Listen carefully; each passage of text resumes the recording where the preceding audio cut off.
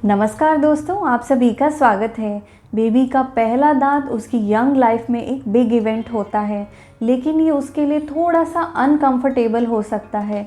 बच्चे की टीदिंग यानी दांत निकलने के बारे में आप अपनी जानकारी को बढ़ा के बच्चे की टीदिंग से जुड़े इन लक्षणों को, इन सिम्टम्स को थोड़ा ईज अप कर सकते हैं, उसकी टीदिंग को थोड़ा आसान बना सकते हैं।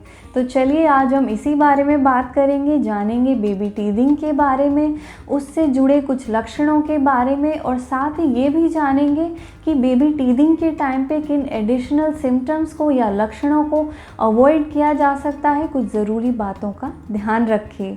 और मोस्ट इम्पॉर्टेंटली आज हम जानेंगे घरेलू उपचार बेबी की टीदिंग के लिए, जिन्हें अपना के हम बेबी की टीदिंग या उसके दांत निकलने को कंफर्टेबल बना सकते हैं, बच्चे के लिए आरामदेह बना सकते हैं। तो चलिए फिर शुरुआत करते हैं। और अगर आपको हमारा आज का ये वीडियो पसंद आए तो सब्सक्राइब ज़रूर कीजिए हमारे चैनल को।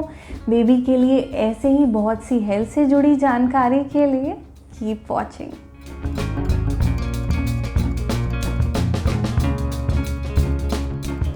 बेबीज़ के पहले दांत लगभग 4 से 7 महीने की उम्र में निकलने लगते हैं। कुछ एक बेबीज़ में डिले हो सकता है, देरी हो सकती है, तो लगभग 12 महीने की उम्र तक बेबीज़ के ऊपर और नीचे के सामने के 4 दांत आ जाते हैं। लक्षणों की बात की जाए तो बहुत ड्रूलिंग होती है, सलाइवा फ्लो होता है, लार टपकती है। ये ड्रूलिंग अगर बहुत ही एक्सेस हो तो बच्चे के मुंह के चारों तरफ रैशेस हो सकते हैं, रेडनेस हो सकती है, बच्चा चिड़चिड़ापन महसूस कर सकता है जो ऑन एंड ऑफ रहता है। इसी के साथ ही बच्चे की नींद डिस्टर्ब हो सकती है। रात के टाइम में स्पेशली बच्चा बार बार उठता है रो के।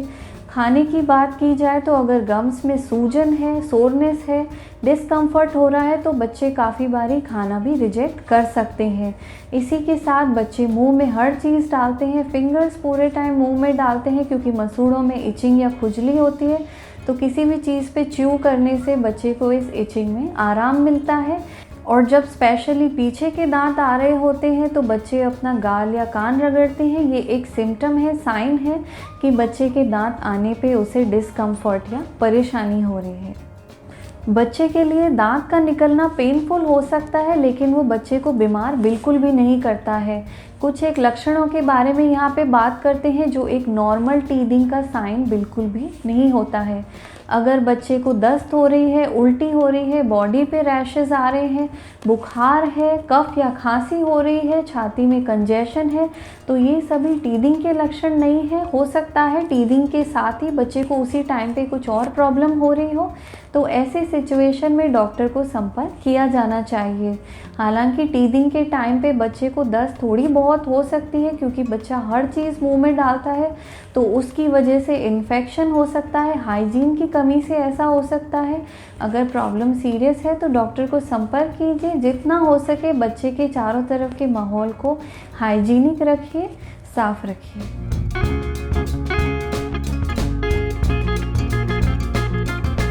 अब बात करते हैं बेबी की टीदिंग के टाइम पे हो रहे डिस्कम्फर्ट को हम किस तरह कम कर सकते हैं, उसकी टीदिंग को थोड़ा सा आरामदेह बना सकते हैं। जानते हैं कुछ घरेलू उपचार। साधारण तौर पे जब बच्चे के दांत आने वाले होते हैं तो उसके मसूड़े फूलने लगते हैं।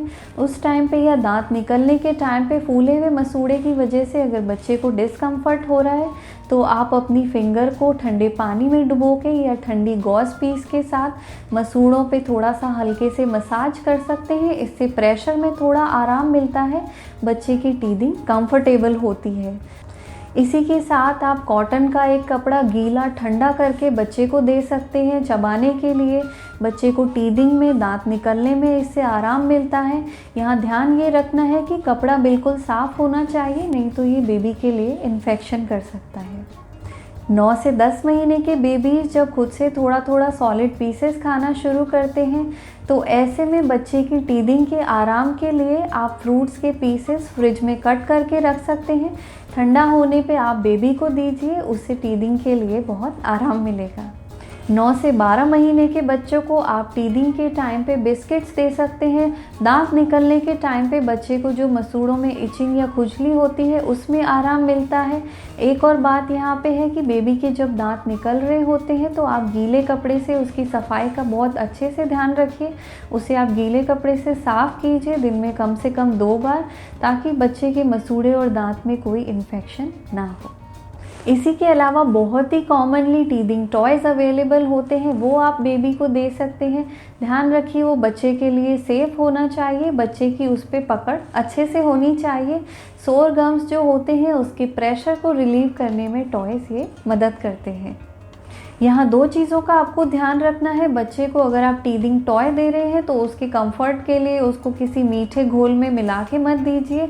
इसी के अलावा अगर जेल वाला टीदिंग टॉय बच्चे को दे रहे हैं तो उसे फ्रीज़र में मत रखिए, क्योंकि बहुत ही चांसेस होते हैं कि ये आसानी से फट सकता है, ब्रेक हो सकता है जब बच्चा उस पर प्रेशर से चबाता है।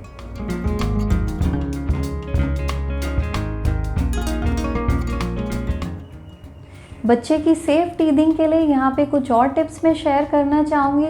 कोई होम्योपैथी मेडिसिन या फिर किसी और तरह की मेडिसिन या जेल की बेबी को टीदिंग के टाइम पे नॉर्मली ज़रूरत नहीं होती है, क्योंकि ये एक नेचुरल प्रोसेस है। हाँ, लेकिन ये थोड़ा बहुत अनकंफर्टेबल हो सकता है, लेकिन घरेलू उपचार की मदद से उसमें बेबी को आराम डेफिनेटली मिलता है। इसी के साथ बच्चे को चबाने के लिए टीदिंग के टाइम पे आप कोई एंकलेट्स, ब्रेसलेट या फिर अपना नेकलेस बिल्कुल भी मत दीजिए, क्योंकि ये बच्चे में चोकिंग हैज़ार्ड कर सकता है, बच्चा उसे निगले ऐसा खतरा हो सकता है। तो इन सभी चीज़ों से बच्चे को दूर रखिए।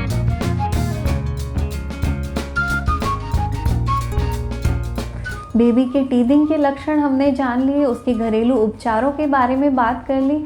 यहाँ हम एक और ज़रूरी बात जान लेते हैं कि घर पे आप किस तरह बच्चे के नए दांतों की देखभाल कर सकते हैं। मॉर्निंग की फीडिंग के बाद और बेड टाइम के पहले आप बेबी के दांत को गीले कपड़े से साफ़ कीजिए। बच्चे के जब ऊपर और नीचे के 4 दांत आ जाएं तो आप सॉफ्ट ब्रिसल वाले ब्रश से भी उन्हें क्लीन कर सकते हैं। एक और ज़रूरी बात जो आपको ध्यान रखनी है, लगभग 2 से 3 साल की उम्र तक जब तक बच्चा अच्छे से थूकना या स्पिट करना नहीं सीख जाता, तो चावल के दाने जितना टूथपेस्ट ही आपको बेबी के ब्रश पे लगाना है, क्योंकि बहुत चांसेस होते हैं कि बच्चे उसे निगल लेते हैं, बच्चे के लिए हानिकारक हो सकता है। तो बहुत मिनिमम क्वांटिटी चावल के दाने जितना ही यूज़ करना है उसके दांतों को क्लीन करने के लिए। तो फ्रेंड्स, ये थी बेबी की टीदिंग यानी दांत निकलने के टाइम पे उससे जुड़ी हर इम्पॉर्टेंट जानकारी। उम्मीद है आज का ये वीडियो आपको यूज़फुल लगा होगा और बेबी की हेल्थ में ये मदद करेगा। लाइक कीजिए, शेयर कीजिए और सब्सक्राइब ज़रूर से कीजिए हमारे चैनल को बेबीज़ की हेल्थ के लिए, उससे जुड़ी बहुत सी इम्पॉर्टेंट इन्फॉर्मेशन के लिए। बेल आइकन को दबाइए लेटेस्ट वीडियो अपडेट के लिए। Thank you for watching and stay fit.